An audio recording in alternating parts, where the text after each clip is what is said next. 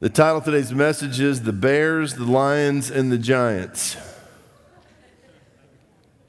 And we're going to start in 1 Samuel 16 as soon as some house lights come on. We will do that. Thank you so much. 1 Samuel 16. Love these couple of chapters here we're going to look at today.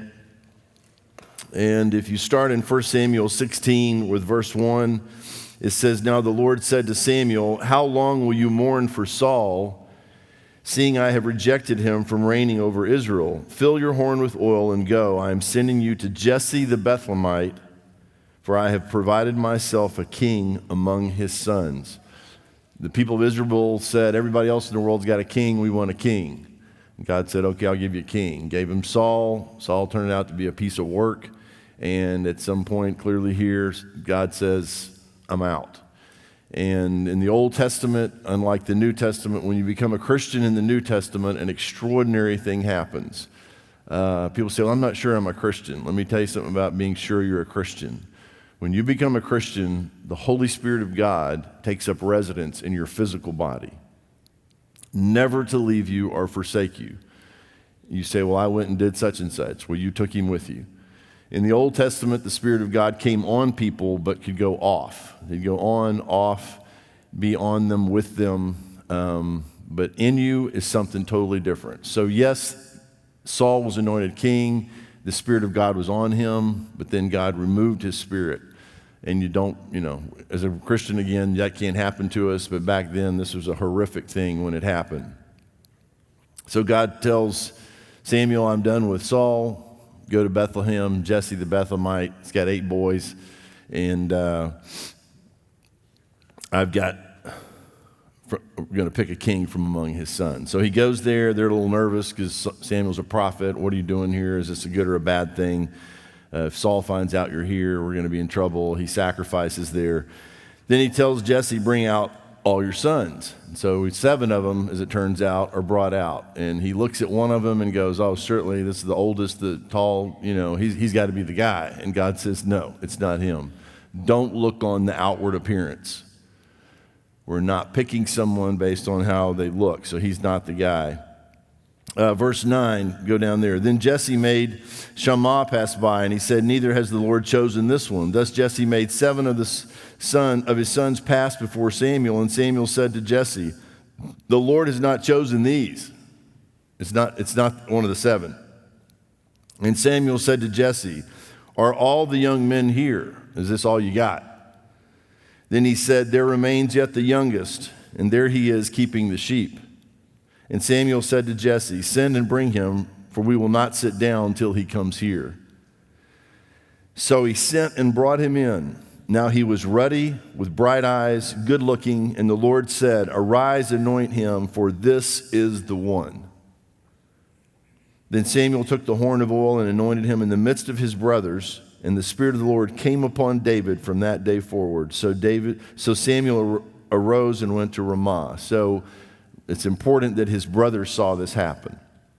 Samuel pours oil, which is this anointing symbolic of God picking somebody, and it's game on.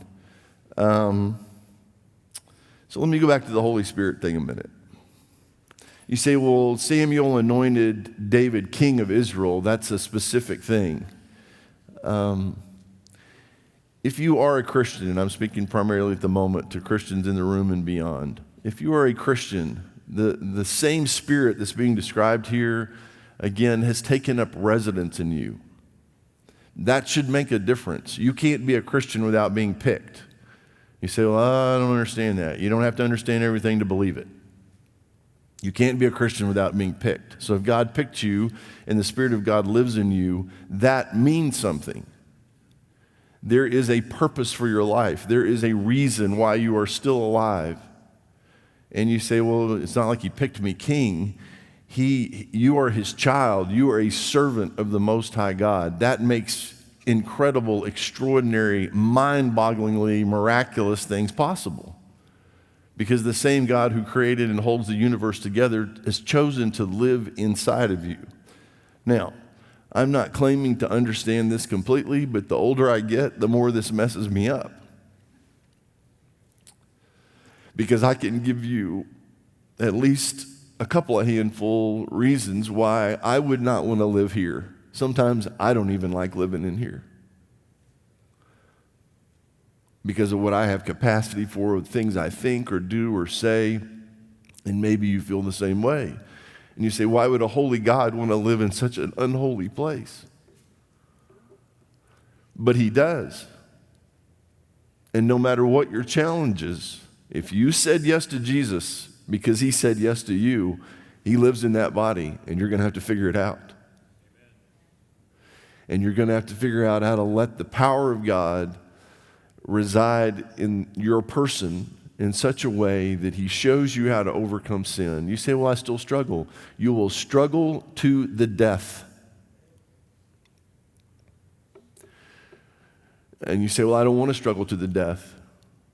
Paul is an old man. The thing I don't want to do, I do. The thing I want to do, I don't do. Who will deliver me? Who's going to rescue me? Thanks be to God. It's Jesus. That's who's going to rescue you.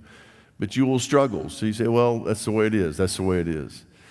And God will use all that. And we're talking about David here. David had some struggles. But God used him. So the Spirit of the Lord departed. If you go down a few more verses, verse 14, but the Spirit of the Lord departed from Saul, and a distressing spirit from the Lord troubled him. And Saul's servant said to him, surely a distressing spirit from God is troubling you. Like, what's going on? Let our master now command your servants who are before you to seek out a man who is a skillful player of the harp. And it shall be that he will play it with his hand when the distressing spirit from God is upon you, and you shall be well. So Saul said to his servants, provide me now a man who can play well, and bring him to me. So music's going to play a part in Saul's life. And it has to be someone skillful. Now, I hesitate almost to bring things like this to the table because I understand we got people with all kind of backgrounds. Let me just put it this way. If you are young, especially, if you decide you're going to be a plumber, you need to be a good plumber. If you're going to be an electrician, if you're going to be an engineer, you're going to be whatever you're going to be, because you don't just represent you. And your skill, what God has given you, your ability spiritually, but also practically, physically, can play into God's plan for your life. Because if you suck as a plumber, no one's going to pick you. And your reputation is going to get out. And sometimes what's at stake is not someone's home. It's their person. It's their family. And God could use you with a freeze or whatever may happen to get you in there to repair their pipes, let's say, but it's not about their pipes. It's about them. And so he gives you a skill, an ability. You say, well, I'm nobody. I'm just whatever it is you think you're just nobody doing whatever you're doing. God has put you places that no one else but you can get. You're an IT person. You say, well, I don't see anybody. I don't talk to anybody. Change that. But be good at what you do. So this story starts folding together because the servants of the king say, a tormenting spirit, you need somebody that's skilled at playing the harp. Verse 18, then one of the servants answered and said, look, I've seen a son of Jesse, the Bethlehemite, who is skillful in playing, a mighty man of valor, a man of war, prudent in speech, and a handsome person, and the Lord is with him. Like, there's something about this kid. This should be... all these other things, it's great to have someone say this, but this should be an observable trait. The Lord is with you. Is that observable in my life, in your life? And as a Christian, the Lord is in you. I just think this is just a thing. When someone meets me as a Christian, if they are a Christian and walking with God, they should know almost immediately I'm a Christian without ever asking me a question. Because the Spirit of God bears witness with their spirit, family, just like that. or something in your eyes, or something in your speech, or your graciousness, you're just something's different. Not that you're nice, that God has taken up residence in your house. You can't have God in the house and something not be different. It just should not be possible. So I meet people, and some days I'm this person. I meet people, and you find out they're a Christian. I'm like, dude, this isn't going well. Like, you seem miserable. You're angry. You're upset. You're bitter. Like, what happened? I know you say you've got God in there somewhere, but let's get it where somebody can see him. Right? Let's get this stuff off of you. So the observation here that these servants had, one of them is, and the Lord is with him. Therefore Saul sent messengers to Jesse and said, send me your son David, who is with the sheep. And Jesse took a donkey, loaded it with bread, a skin of wine, and a young goat, and sent them by his son David to Saul. So David came to Saul, stood before him, and he loved him greatly, and he became his armor bearer. So Saul ends up loving David, and this is very important, in the next chapter, became his armor bearer. So if Saul went to battle, David's the one handling this armor. Then Saul sent to Jesse, saying, please let David stand before me, for he has found favor in my sight. And it was so. Whenever the Spirit from God was upon Saul, that David would take a harp and play it with his hand, then Saul would become refreshed and well, and the distressing spirit would depart from him. So literally, this kid who has been anointed king over Israel, and if you add this up, I think it's 16 years since his anointing to when he actually becomes king. In this beginning of this process here, God is using the next king to minister to the current king without the current king even knowing what was going on. 1 Samuel 17. So the Philistines, however you want to go with it, decided they were going to come up in battle at Succoth and take on Israel. And I'm not going to read you every piece of this. We'll go down to verse 3. The Philistines stood on a mountain, one on one side, and Israel stood on a mountain on the other side, in a valley between them. And a champion went out from the camp of the Philistines named Goliath from Gath, whose height was 6 cubits and a span. Now, if you go looking up 6 cubits and a span, a cubit is roughly from the tip of your finger to your elbow, about 18 inches, depending on how tall you are. And there's some translations that say, well, this is really not 6 cubits. So he could have been anywhere from like 6'6" to 9'6". He's a big guy. Back then, maybe people were like 5.5 feet tall. So if a 6'9" guy, my dad was 6'9" at his height, and it's big. You don't want to mess with 6'9". I can assure you, especially when you're about 2 feet tall. It's very ominous. So this giant of a man comes out, and he's defying the armies of Israel. So let's read some of this. He comes out. He had a bronze helmet on his head. He was armed with a coat of mail, and the weight of the coat was 5,000 shekels of bronze. And he had bronze armor on his legs and a bronze javelin between his shoulders. Now the staff of his spear was like a weaver's beam, so a huge piece of wood. And his iron spearhead weighed 600 shekels. So he is weighed down with all kind of armor, all these weapons. And a shield bearer went before him. So he had some guy carrying his shield. Then he stood and cried out to the armies of Israel and said to them, why have you come out to line up for battle? Am I not a Philistine, and you the servants of Saul? Forget this all killing with each other. You pick one, I'll be the guy. Choose a man for yourselves and let him come down to me. If he is able to fight with me and kill me, then we will be your servants. But if I prevail against him and kill him, then you shall be our servants and serve us. Now that was the deal. Remember this deal. Because if somebody did come out and kill Goliath, they had to all serve Israel. If somebody came out and Israel's guy was killed, then Israel had to serve them. And the Philistines said, I defy the armies of Israel this day. Give me a man that we may fight together. When Saul and all Israel heard these words of the Philistine, they were dismayed and greatly afraid. Now David was the son of the Ephrathite of Bethlehem, Judah, whose name was Jesse. and who had 8 sons. And the man was old, advanced in years in the days of Saul. The 3 oldest sons of Jesse had gone to follow Saul to the battle. The names of the 3 sons who went to battle were Eliab, the firstborn, next to him Abinadab, and Shammah. David was the youngest, and the 3 oldest followed Saul. But David occasionally went and returned from Saul to feed his father's sheep at Bethlehem. So he plays for him when he's distressing spirit, and he's his armor bearer. But every once in a while he goes back and checks on the sheep in Bethlehem. And the Philistine drew near and presented himself 40 days, morning and evening. So this is every day. In the morning, send me somebody, I'll fight you. The evening, send me somebody, no takers. So go down to, David then goes, his dad sends him up to the battle. Verse 24.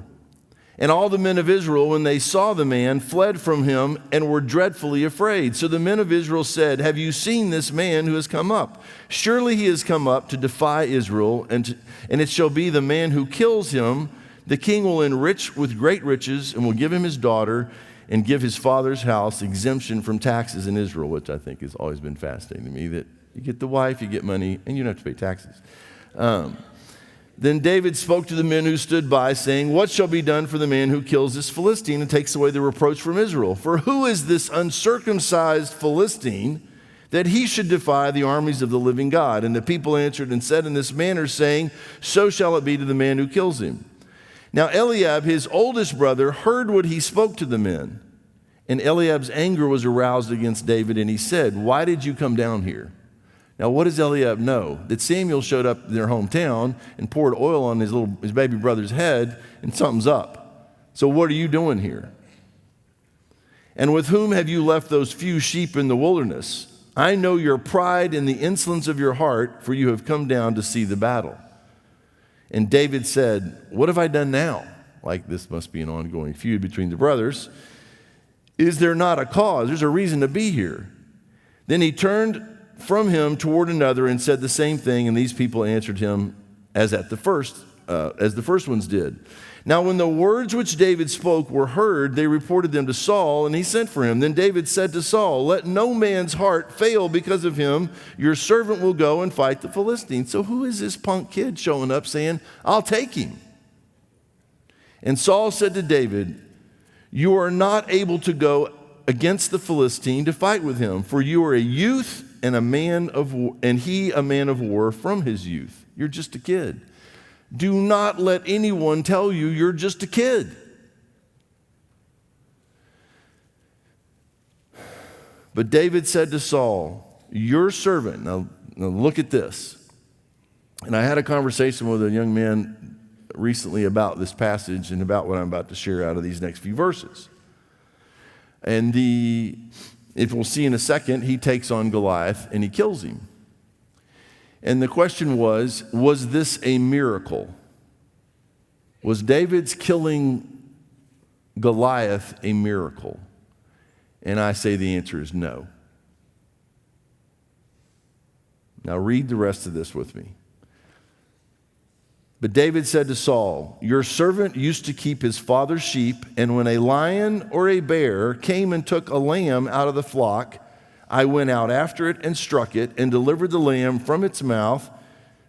And when it arose against me, I caught it by its throat, by its beard, and struck it and killed it. Your servant has killed both lion and bear, and this uncircumcised Philistine will be like one of them, seeing he has defied the armies of the living God. You say, well, how does he have this courage? If you haven't been fighting the lions and the bears, you'll never take on the giants.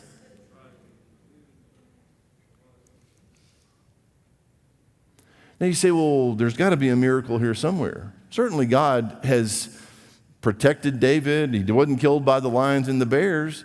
This kid's got some game. He showed up like, who is this giant? I don't care how big he is. He's defying my God. Now you say, well, was it all just bowed up and pride and arrogance? No, the kid had game. So if you fought lions and bears and a giant shows up, you're not just saying, well, what am I going to do? You know what you're going to do. You're going to take them on. Now you say, well, if I had a chance to fight the giants, I'd fight the giants. If you can't fight the little battles, you will never take on the big battles. And when the giants of your life show up, you won't even think about taking them on. Keep reading. Your servant has killed both lion and bear. Uncircumcised Philistine would be like one of them, seeing he has defied the armies of the living God. Moreover, David said, the Lord who delivered me from the paw of the lion and from the paw of the bear, he will deliver me from the hand of the Philistine. Now you say, well, but then that God delivering him from the hand of the Philistine. Just stay with me. So Saul clothed David with his armor. Saul put his own armor on David.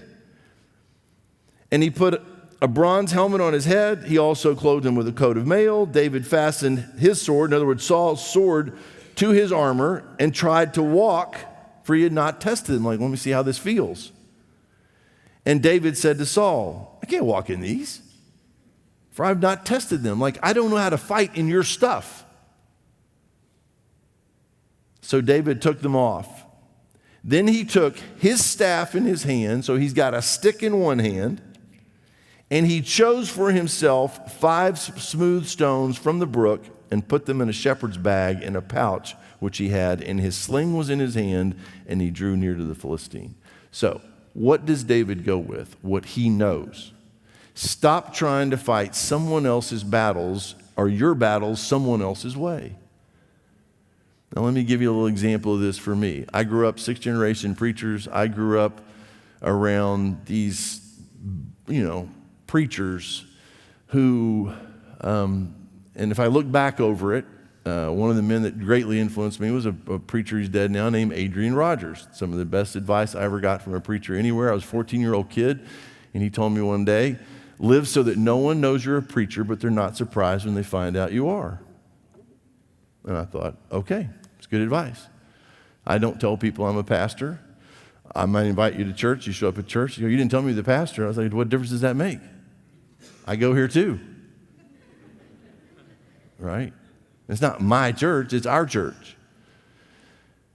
So I grew up around these preachers. And a guy like Adrian Rogers, for instance, he had a voice and he talked in a certain way, but he talked that way all the time. It wasn't contrived. And I'm not going to name the rest of them, but there were other people who go, does the guy talk like that all the time? Like, yeah, it's how they, sweetheart, could you bring me some coffee? Like, that's what he would say. He would say it the same way he was preaching. But I heard these great preachers, and when you're called to preach at 14, you start looking around, and what you're tempted to do is put on their armor. And so you will hear, for instance, pastors. I got one in mind, I'm not going to name him, and he tries to pull the Billy Graham. And God, he'll say certain things a certain way. I'm like, dude, let it go. Just be you, right? You don't have to sound like somebody else. So let me give you some tremendous advice. Find out what you are comfortable in, what you can fight in, and fight in that. Stop trying to wear other people's armor. Put on the armor spiritually, and then be yourself. Now, you can't be yourself if you don't know who you are, and you'll never know who you are till you ask God to show you who you are. But once he shows you who you are, that you are his child, you're chosen, you're holy, you're blameless, you're all these things that he declares you, you take a deep breath and go, here we go. I called a lady that had written in off the radio somewhere, I think in Wyoming, wherever it was, and I called her and spoke with her, and this is what was her statement. She said, you're the same person on the phone that you are when I hear you're preaching. I said, yes, ma'am. And for her, that was astonishing for some reason. And he said, well, I got to be somebody else. It's hard enough being yourself. Don't take on being somebody else. What if people don't like me? Then you like you. The more you like you and know that God likes you, the less worried you're going to be about everybody else liking you. Right? If you don't like me, this is me. Now, I got some rough edges, and, I can work on that. But basically, this is it. So who are you? And you say, well, I'm not this or I'm not that. Stop focusing on what you're not. Focus on who you are, what you do have. What are your skill sets? And where is God putting you? In what battles is he putting you? And again, if you are not going to take on the bears and the lions, you will never make it to the giants. But you'd be amazed if you take on the bears and the giants and do what you're supposed to there, that God will give you opportunity on a whole nother level. So he gets comfortable. He's got his staff. He's got his shepherd's bag. And people, you hear sermons about why he picked 5 stones. I have no idea. It wasn't a 6-shooter, clearly, so he went with 5. 5 stones, puts them in his bag, his sling, and here we go. Now, this is back to why is it not a miracle? Yes, God had given him courage. The Spirit of God is on him in the Old Testament, as we see. But the guy knew what he was going to do, right? What was his plan? This giant's taking on Israel. I'm not playing this game. I'm about to come take your head off. And what's your plan? I got a slingshot, I got 5 rocks, and I'm about to take you out. Now, why did he believe that? Because he was good at what he was good at. It wasn't his first rodeo with a sling and some rocks. What you practice in private will come out in your battles in public. For whatever reason, I ended up meeting a number of golfers in my life. I will tell you something about great golfers. They hit balls. There is no such thing as, I was just a natural-born golfer and they never hit balls. You'll see them, some of the best hit more balls than anybody you've ever met. Thousands and thousands and thousands of balls. And then you turn on your TV and some guy hits it within 3 feet and you go, oh, wow, he got lucky. Oh, yeah, he got lucky. You're crazy.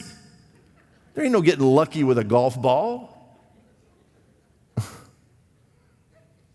Any more than there is taking 5 stones and trying to take on a giant.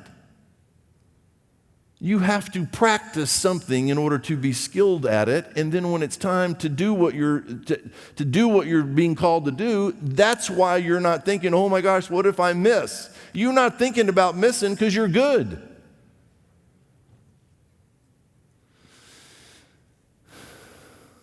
So watch this. I mean, it's a crazy scene. These I'm going to rent. I don't know if there's going to be like Netflix in heaven, but this is one of my first ones. I'm going to rent this one.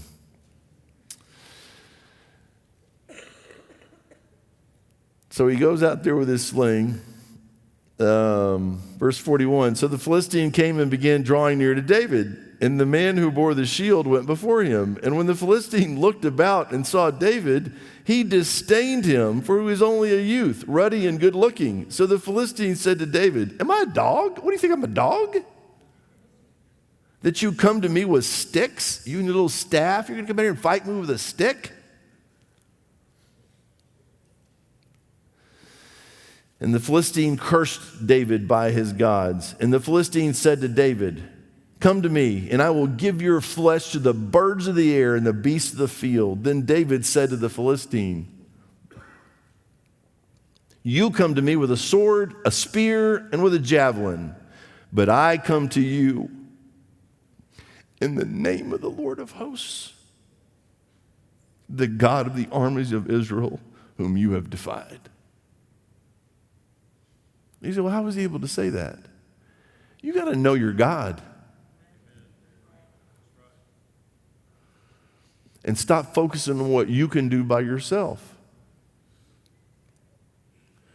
We talked about this recently. Backup. David had backup. I'll tell you who his backup was. God himself. But God sends us into battle. That's just how it works. And you say, well, what if it doesn't go well? It's going to go well. You got to show up at the battle. And this giant had defied the armies of the Lord. And again, if I can get this out, I'm going to read it again. You come to me with a sword, spear, and a javelin. I come to you in the name of the Lord of hosts, the God of the armies of Israel, whom you have defied. This day the Lord will deliver you into my hand, and I will strike you and take your head from you. I'm about to take your head off, big boy.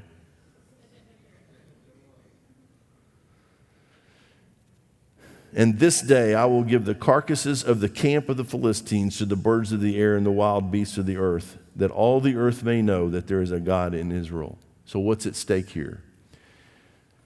Part of what he's claiming is, you say you're going to take me, guess what? I'm going to take you. The God of the universe is behind me, and everybody, when I get done with you, is not going to know. They'll think I'm great maybe, but they're going to know that there is a God in Israel, and he can bring it. Then all this assembly shall know that the Lord does not save with sword and spear, for the battle is the Lord's, and he will give you into our hands. So it was, when the Philistine arose and came and drew near to meet David, that David hurried and ran toward the army to meet the Philistine. Now, again, I'm telling you, if you're scared, you're not going to make it this far. And you say, well, I'm scared. Here's how you get over being scared when you're facing giants. You practice with lions and bears. Okay?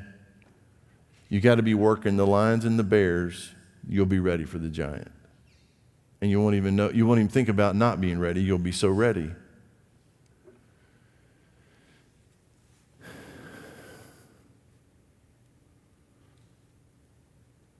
Runs toward this Philistine.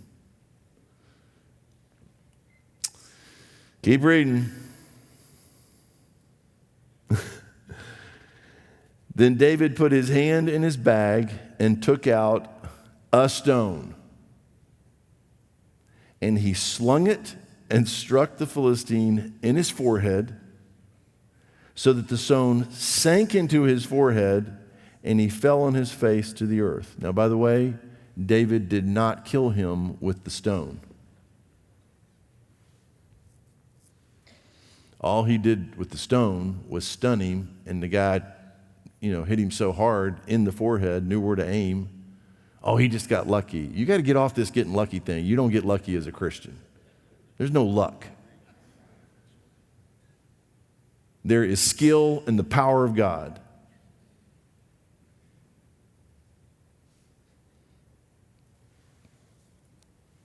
Sinks in his forehead, falls on his face to the earth. So David prevailed over the Philistine with a sling and a stone, and struck the Philistine and killed him. But there was no sword in the hand of David. Therefore David ran, stood over the Philistine, took his sword and drew it out of its sheath and killed him and cut off his head with it. He killed Goliath with Goliath's sword, beheaded him. And when the Philistines saw that their champion was dead, they fled. Now the men of Israel and Judah rose and shouted and pursued the Philistines as far as the entrance of the valley of the gates of Ekron. By the way, all it takes is one kid to inspire a whole army. So you think, well, it's just me. It's never just you. God is at work in you and through you. And sometimes when we do what we are supposed to do, someone else does what they're supposed to do. And they go, okay, if he can do it, I can do it. I'm not getting left out of this.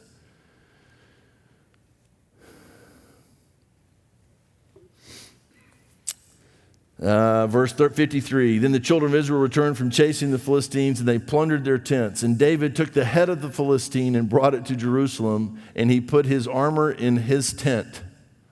I think that's kind of cool myself. I don't want the giant's head in my tent. But it's always nice to have some trophies around. Right? So you walk in your tent and you look over and there's Goliath's armor. You need to get you some of the enemy's armor.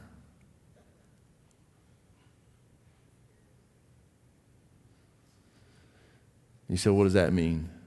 That means you need to start slaying some giants, and then have reminders around you that you took on the giant, and the giant did not prevail. God prevailed, you prevailed, and that when the next thing comes, you're ready.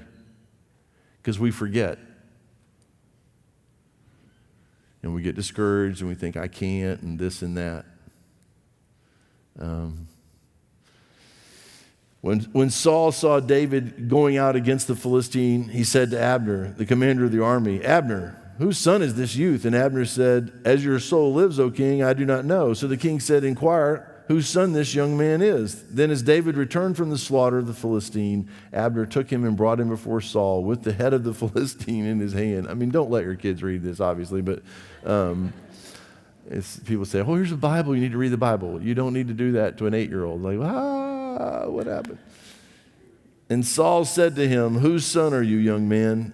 So David answered, "I am the son of your servant Jesse the Bethlehemite."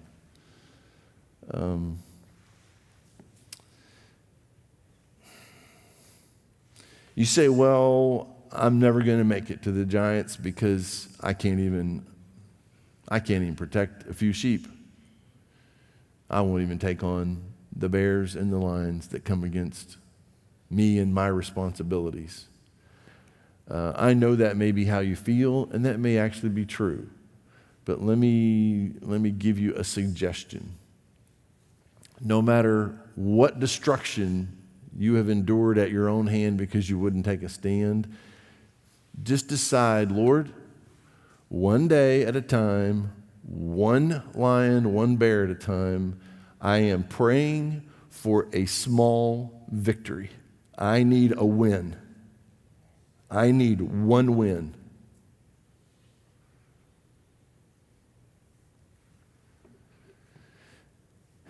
Because it can get very discouraging losing over and over and over again. And if you get one win under your belt, there's a man in the room today, in this room. I've seen him 2 weeks in a row. I met with him a couple weeks ago, and we had a great conversation. And the next time I saw him, I had shared some things with him, and he applied some of the things that he heard. And the next time I saw him, I said, "Dude, you don't even look like the same person." And I saw him again today, and I said, "You don't look like the same person." Your countenance will change when you get a win. Winners just look different. You don't usually meet a winner who looks like he just lost. You ever notice that? "Dude, what's wrong?" "We just won the Super Bowl, man. It sucked." Right? You what? "Yeah, I hate winning Super Bowls. I just hate it. It's terrible, terrible. So discouraging." Like those things don't even go together. You say, "What the devil's told me, I'm a loser." You need to stop believing the devil. My gosh. Since when does he decide who you are? What you can and can't do? "Well, I just can't seem to win." Get some help.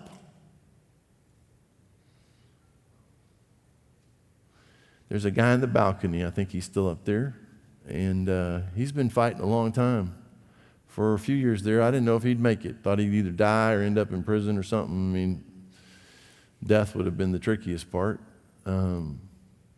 He's still fighting. You still fighting? Because here's something fighting God's way. The more you fight, the better you get at the fight, and the more wins you get. And the more wins you get, the bigger the foe gets. But the bigger the foe gets, the bigger the consequence of staying in the fight. And you don't know, and now I'm going to go around this room because I can't see everybody out there.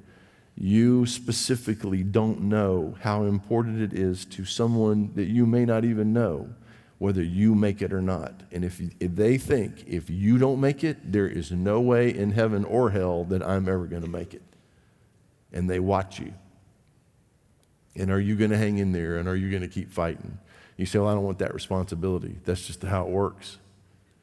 There are people counting on you. God is counting on you. The world is counting on us to begin to win, even if we've lost up to now.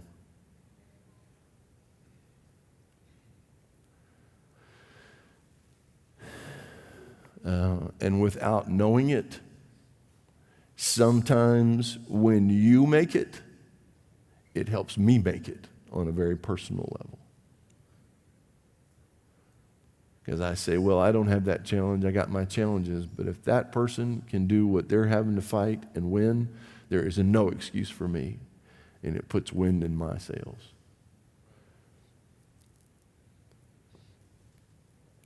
Now, I don't have a physical giant in my life. For a while I did, kind of. My dad it could get wacky. But I can tell you that there are giants out there that want a piece of you and of us. And I need to, and you need to fight the bears and the lions and get you some wins so that when the big time comes, you can stand, and having done all to stand. But none of this works without one person, and his sweet name is Jesus.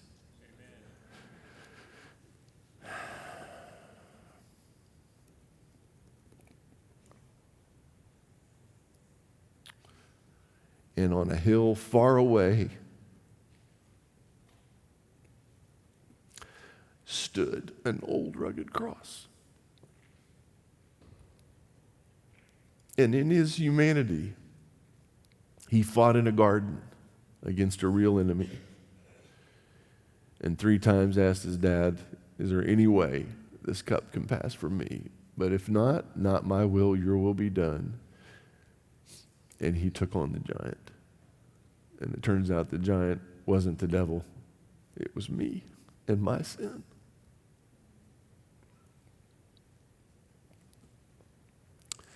And he who knew no sin became sin for us, that we might be made the righteousness of God in him. So you've already won, you just don't know it if you're a Christian. And if you're not a Christian, you don't have to live this way anymore with fear and guilt and shame.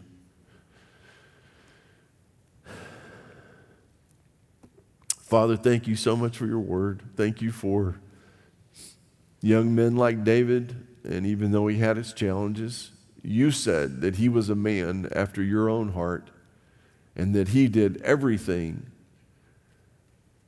according to your will, except in the matter of Uriah the Hittite. So it's not like he's a complete disaster, although there was consequence to his choices. Father, I pray for people that are discouraged. They feel like they can do nothing but lose. But there's another opportunity coming pretty soon. Another bear, another lion. And they can make a decision this time not to get eaten alive, but to take on that foe so that they'll be better prepared when the big time comes, when the big enemies come. Father, you have left us here to fight. You have left us here to be encouragement to other people, to challenge other people, and some of it is with the way we live and the way we stand and our unwillingness to yield and our ability to be able to declare that you are the Lord of hosts, the armies of God, and that greater is he who is in us than he who's in the world. But for anybody who does not know you personally, and it's all just been a bunch of religious stuff, or maybe they've never even heard of it, maybe today is their day and they understand that you love them and something's going on they can't explain, and they now understand that Jesus died on a cross and was buried and raised from the dead, shed his blood to pay for them, for their sin, for their past, their future, their everything. And that they can be born, as it were, a second time, like starting all over, and be forgiven and have a second chance, not without challenges or difficulties, but just not alone anymore. So may someone in this room or beyond, Lord, just pray a simple prayer. God, I know I've screwed up. I'm a sinner, and I can't fix it. But I believe that Jesus can, that he died on the cross, was buried and raised from the dead to pay for my sin, to purchase me eternal life as a free gift. I accept you, all of it, package deal, free gift, and all I have to say is thank you for loving me, for saving me, for rescuing me. And now I pray that you would teach me how to have a relationship with you and walk with you and listen to you and obey you and trust you, and not go back to living a fool life that never worked before. Why would it ever work again? Help me stay close to you and stop fighting you ultimately, just to yield and serve and see what you have, which I know will be best. And again, Lord, for the believers here and beyond, help us fight, Lord. Help us figure it out who we are in you, not try to be somebody else, just to be who you made us to be, and live it out and love it out and lead people to you just by who you are in and through us, Lord. Help us get out of the way, stay out of the way, and see what you can do and see the giants fall along the way.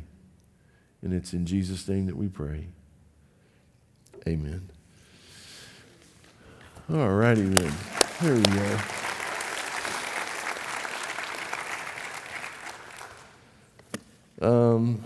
You say, well, where do these things come from? It's not going to get crazy. It is crazy. And you better figure out who you are and what you're about, because someone else will decide for you if you don't know.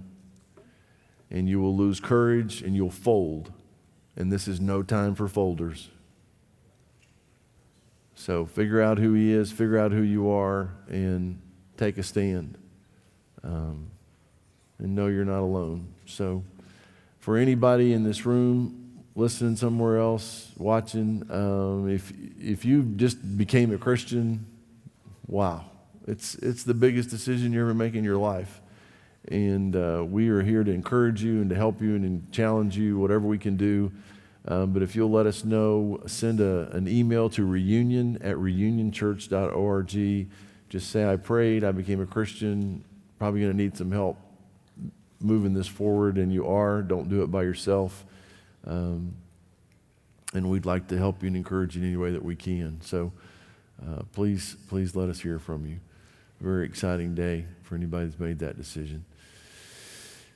All right. We're going to keep doing the offering the way we've been doing it. 2 red boxes at the door. You can put an offering in there, or go to reunionchurch.org. There's a give tab there. And, unless somebody finds a bag of cash somewhere by accident, people say, well, how do you make it as a church? We make it as a church. So we're here, and we appreciate your continued obedience to God in terms of giving, because that's a big part of how we're able to keep going. All right. How about we sing our way out of here? It's going to be a good day, by the way. Already is. Already is.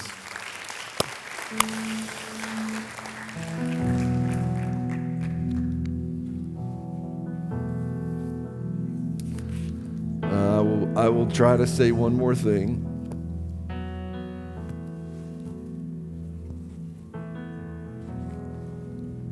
It is almost impossible to explain what it is to hear your own child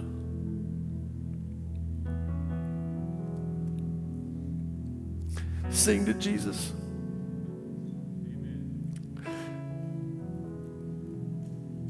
I'm a dad trying to explain that. Remember that when you stand in a minute and sing. Because if this is how I feel, imagine how he feels.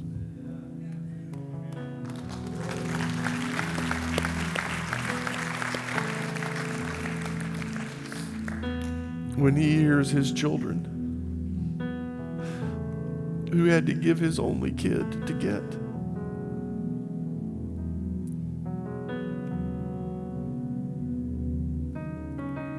Singing about how much we know he cares for us and worshiping him.